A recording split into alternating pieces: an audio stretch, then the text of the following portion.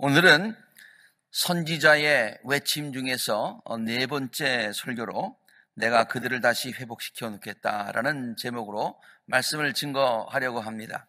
선지자들의 외침이라는 그러한 주제하에 그동안 세 번의 설교를 드렸던 것 여러분 기억하실 것입니다. 첫 번째는 하나님께로 돌아오라. 두 번째는 악을 행하지 말라. 정결함과 거룩함을 회복하라 라는 말씀이었고, 세 번째는 두려워하지 말아라 라고 하는 그런 말씀이었습니다. 이 모든 메시지들이 선지자들이 했던 그 메시지들을 요약한 것이다 라는 그런 말씀을 드렸습니다. 세 번째 설교 이후에 좀 공백이 있었습니다만 오늘 네 번째 설교, 내가 그들을 다시 회복시켜 놓겠다라는 말씀을 전하겠습니다. 오늘 본문을 예레미야에서 우리가 읽었는데요.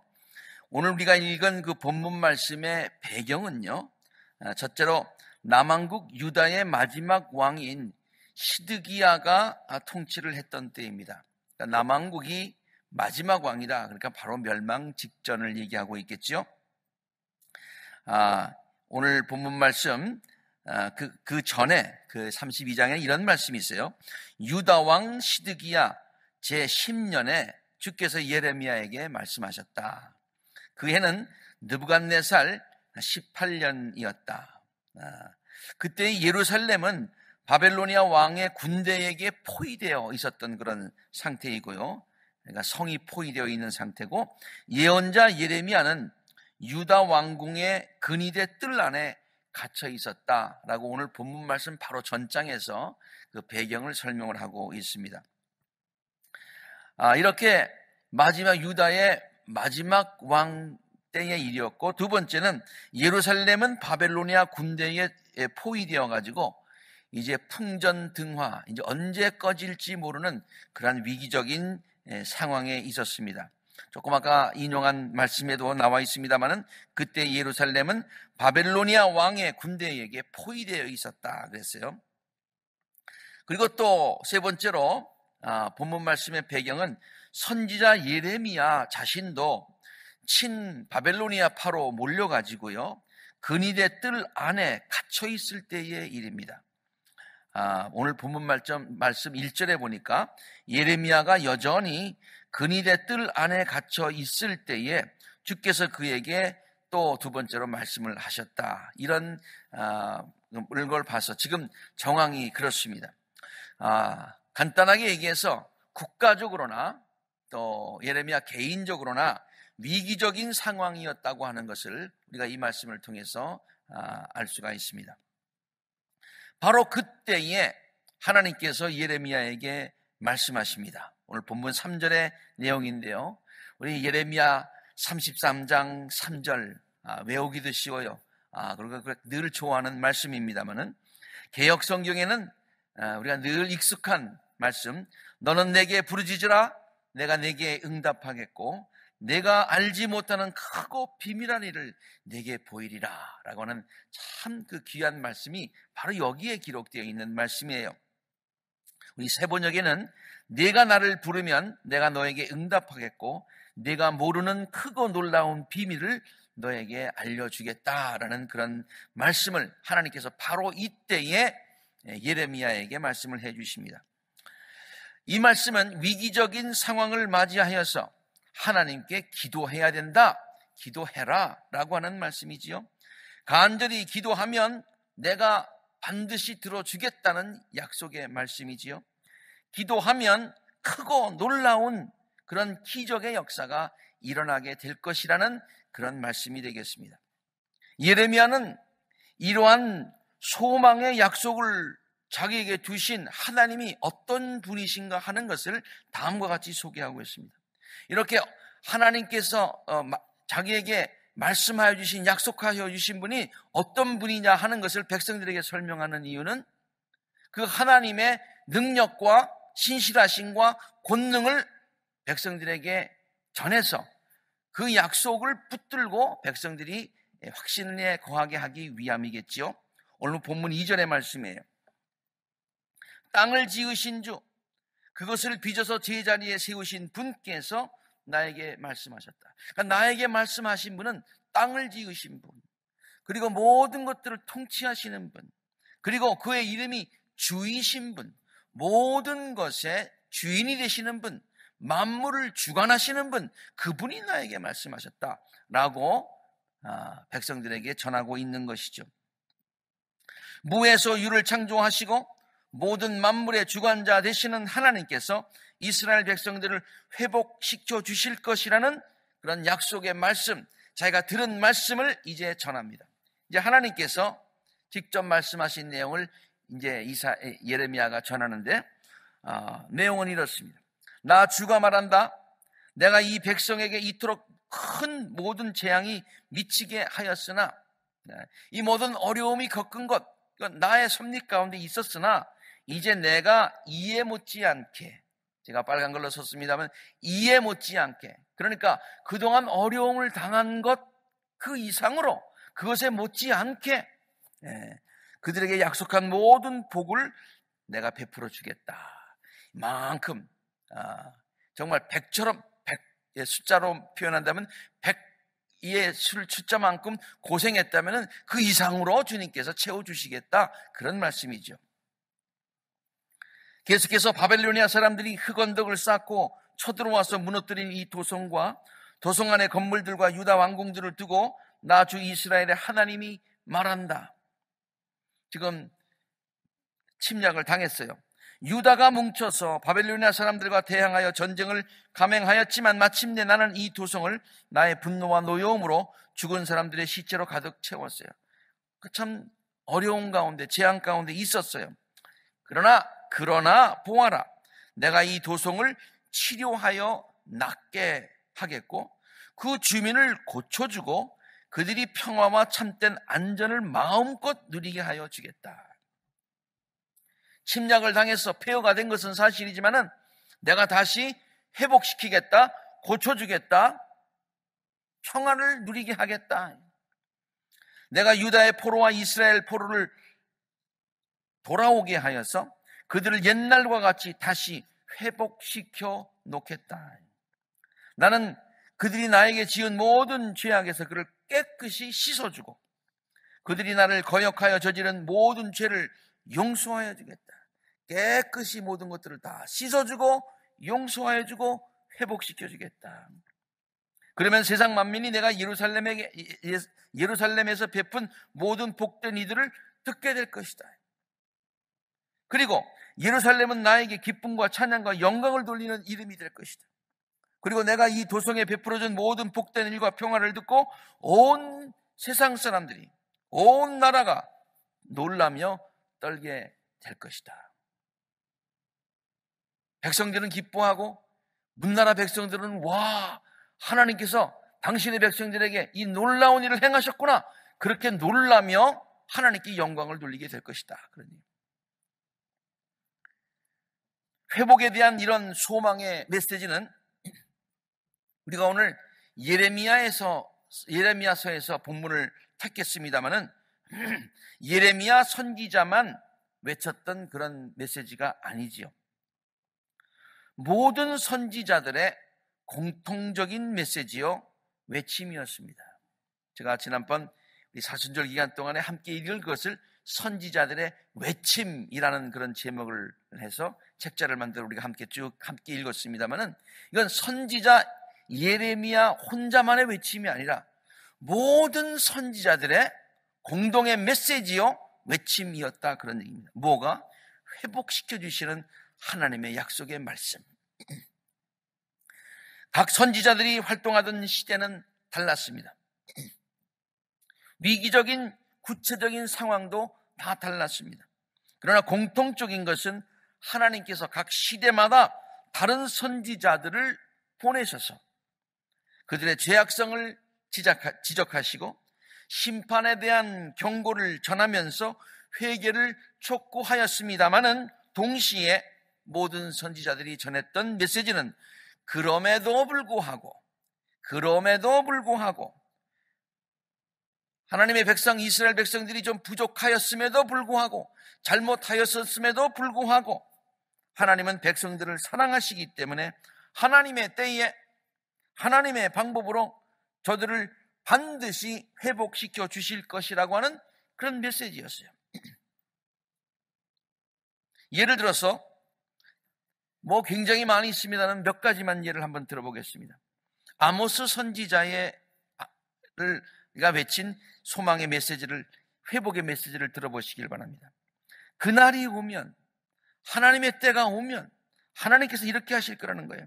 내가 무너진 다윗의 초막을 일으키고 그 터진 울타리를 고치면서 그 허물어진 것들을 일으켜 세워서 그 집을 옛날과 같이 다시 지어 놓겠다. 옛날처럼 다시 지어 놓겠다. 이것은 이 일을 이루실 주님의 말씀이다. 그때가 되면 농부는 곡식을 거둬들이고 곧바로 땅을 갈아서 씨를 뿌리고 곧바로 포도를 밟아야 할 것이다. 산마다 단포도주가 흘러나와서 모든 언덕에 흘러 넘칠 것이다. 참 평화로운 시골 풍경을 얘기하고 있는 거예요. 그들이 허물어진 성읍들을 다시 세워서 그 안에 살면서 포도원을 가꾸어서 저희가 짠 포도주를 마시며 과수원을 만들어서 저희가 가꾼 과일을 먹을 것이다. 참 풍성하고 평화로운 그와 같은 풍경을 얘기하고 있죠. 내가 이 백성을 그들이 살아갈 땅에 심어서 내가 그들에게 준 이 땅에서 다시는 뿌리가 뽑히지 않게 하겠다. 다시는 뿌리가 뽑히지 않게 하고 하나님이 회복시켜 주시고 더 안정시켜 주시고 축복하여 주시겠다. 주 너의 하나님의 말씀이다. 이게 아모스 선지자의 얘기예요. 스바냐 선지자의 메시지를 우리가 잘 알고 있죠. 도성 시온아 노래하여라, 이스라엘아 즐거이 외쳐라, 도성 예루살렘아 마음껏 기뻐하며 즐거워하여라. 이유가 뭐예요? 주께서 징벌을 그치셨다. 이스라엘의 왕 주께서 너와 함께 계신다는 거예요. 네가 다시는 화를 당할까 두려워하지 않아도 된다고 하는 거예요. 그날이 오면 사람들이 예루살렘에게 말할 것이다. 시온아 두려워하지 말아라. 힘없이 팔을 늘어뜨리고 있지 말아라. 주 너의 하나님이 너와 함께 계신다. 주 하나님이 너와 함께 계시고 너를 회복시켜 주시고 너를 치유하여 주시고 너를 번성케 하신다 라고 하는 약속의 말씀을 스바냐 선지자를 통해서도 하셨다는 거예요. 아마 회복과 소망의 메시지를 하면 이사야 선지자를 떼어놓을 수가 없어요. 예레미야와 다른 시대에 살았습니다만 이사야도 동일한 회복의 메시지를 백성들에게 전하고 있습니다. 참 웅변적으로 시적으로 감동적으로 전하고 있는 말씀이에요. 광야와 메마른 땅이 기뻐하며 사막이 백합화처럼 피어 즐거워할 것이다. 사막은 꽃이 무성하게 피어 크게 기뻐하며 즐겁게 소리칠 것이다. 레바논의 영광과 갈멜과 샤론의 영화가 사막에서 꽃피며 사람들이 주의 영광을 보며 우리 하나님의 영화를 보게 될 것이다. 그때 눈먼 사람의 눈이 밝아지고 귀 먹은 사람의 귀가 열릴 것이다. 그때 다리를 열던 사람이 사슴처럼 뛰고 말을 못하던 혀가 노래를 부를 것이다. 광야에서 물이 솟겠고 사막에 시냇물이 흐르게 될 것이다. 뜨겁게 타오르던 땅은 연못이 되게 되고 메마른 땅은 물이 쏟아져 나오는 샘이 될 것이다. 기쁨이 그들에게 영원히 머물고 즐거움과 기쁨이 넘칠 것이다. 슬픔과 탄식이 사라질 것이다. 얼마나 소망을 주는 메시지입니까? 저는 이 회복에 관한 이러한 말씀에 근거하여서 만든 복음 찬송가의 가사가 생각이 났습니다. 사막에 샘이 흘러 넘치리라. 사막에 샘이 넘쳐 흐르리라. 사막에 꽃이 피어 향내 내리라. 주님이 다스리는 그 나라가 되면은 사막이 꽃동산 되리. 사자들이 어린 양과 뛰놀고 어린이들 함께 뒹구는 참 사랑과 기쁨의 그 나라가 이제 속히 오리라. 회복의 메시지예요. 사막에 숲이 우거지리라. 사막에 예쁜 새들을 노래하리라. 주님이 다스리는 그 나라가 되면은 사막이 낙원되리라. 독사굴에 어린이가 손 놓고 장난쳐도 물지 않는 참 사랑과 기쁨의 그 나라가 이제 속히 오리라. 각 시대는 달랐지만 어려움의 정황은 달랐지만 하나님께서는 백성들을 사랑하셔서 이렇게 소망의 메시지를 각 시대마다 하나님의 사람들을 통해서, 선지자들을 통해서 하나님의 때에 하나님의 방법으로 내가 너희들을 반드시 회복시켜 줬다고 소망의 메시지를 주시고 위로하여 주시고 치유하여 주시고 결국에는 그 약속을 지키셨던 것을 우리는 성경을 통해서 알 수 있다는 얘기예요. 하나님께서 각 시대마다 선지자들을 통해서 회복의 메시지를 전하신 분명한 이유들이 있습니다. 그것은 첫 번째, 우리들을 회복시켜 주시려는 것이 하나님의 본성이시기 때문이에요. 하나님의 본심이시기 때문이에요. 주께서는 우리를 언제까지나 버려두지 않으신다. 주께서 우리를 근심하게 하셔도 그 크신 사랑으로 우리를 불쌍히 여기신다. 우리를 괴롭히거나 근심하게 하는 것은 그분의 본심이 아니다. 그분의 본심은 뭐냐? 재앙이 아니라 번영이요, 화평이요, 우리를 축복하시는 것이고 회복시켜 주시는 것이 하나님의 본성이다. 두 번째, 하나님께서 우리들을 심히 사랑하시기 때문입니다. 스바냐서는 하나님이 우리를 사랑하시는 것을 이렇게 아름다운 시적으로 표현하고 있죠. 너희 하나님 여호와가 너희 가운데 계시니 그는 구원을 베푸실 전능자시라. 그가 너로 말미암아 기쁨을 이기지 못하시며 너를 잠잠히 사랑하시며 너로 말미암아 즐거이 부르며 기뻐하시리로다. 하나님이 우리를 사랑하시기 때문에 우리를 회복시켜 주시기를 원하신다는 얘기예요. 세 번째로, 하나님은 우리들을 능히 회복시키실 수 있는 능력이 있으신 분이시라는 거예요. 말로만의 회복이 아니라는 거예요. 말로만의 약속이 아니라는 거예요. 약속하신 대로 우리들을 회복시켜 주실 수 있으신 분이시다라는 거예요. 내가 여호와를 가리켜 말하기를 저는 나의 피난처요 나의 요새요 나의 의리하는 하나님이라 하리니 이는 저가 너를 새 사냥꾼의 올무에서와 극한 연병에서 건지실 수 있는 분이시다. 저가 너를 그 깃으로 덮으시리니 내가 그 날개 아래에 피하리로다. 너는 흑암 중에 행하는 연병과 백주에 향긋게 하는 파멸을 두려워하지 아니하리로다. 천인이 내 곁에서 만인이 내 우편에서 엎드러지나 이 재앙이 내게 가까이 하지 못하리로다. 내가 말하기를 여호와는 나의 피난처라 하고 지존자로 거처를 삼았으므로 화가 내게 미치지 못하며 재앙이 내 장막에 가까이 오지 못하리니 저가 너를 위하여 그 사자들을 명하사 내 모든 길에 너를 지키실 것이라. 하나님께서 천사를 명하사 사자를 명해서 우리들을 지키실 수 있는, 능히 우리를 보호하실 수 있는 능력의 하나님이시다는 고백이죠. 또한 하나님만이 우리의 희망이 되시기 때문입니다. 주님, 이스라엘의 희망은 주님이십니다라고 예레미야가 고백하고 있어요. 다른 희망이 없어요. 하나님만이 우리의 유일한 희망이 되시기 때문이라는 거죠. 내가 겪은 이 고통, 쓴습과 쓸개죽 같은 이 고난을 잊지 못한다. 잠시도 잊을 수 없으므로 울적한 마음을 가눌 길이 없다. 참 고통 가운데 있습니다. 그러나 마음속으로 곰곰이 생각하며 오히려 희망을 갖게 되더라요. 상황은 어렵지만 곰곰이 생각을 해보면, 마음속으로 곰곰이 생각하며 그렇게 하면 오히려 희망이 생기더라고요. 왜냐? 주의 한결같은 사랑이 다함이 없고 그 긍휼이 끝이 없기 때문이다. 주의 사랑과 긍휼이 아침마다 새롭고 주의 신실하심이 큽니다. 나를 늘 말하였다. 그러므로 어떻게 고백합니까? 주는 내가 가진 모든 것, 이것을 다른 말로 주는 나의 분깃, 이렇게 얘기하죠. 내가 가진 모든 것, 그러하기에 주께 내가 희망을 걸을 수 있다. 그러므로 우리가 해야 하고 또 할 수 있는 유일한 방법은 어떠한 상황에서, 어려운 상황에서 우리가 할 수 있고 우리가 해야 되는 것은 주님께서 우리들에게 회복시켜 주시길 원하시고 또 회복시켜 주시다고 약속하셨고 회복하실 수 있는 분이라고 믿을진데, 우리가 해야 될 것은 뭐냐? 첫째, 우리가 회개하여 주님께 우리의 마음을 내려놓는 것이다. 주님께로 돌아가는 것이다. 호세아서는 이렇게 얘기를 합니다. 주님께로 돌아오노라. 주님께로 돌아오면 주님께서 너를 회복시켜 주실 것이다.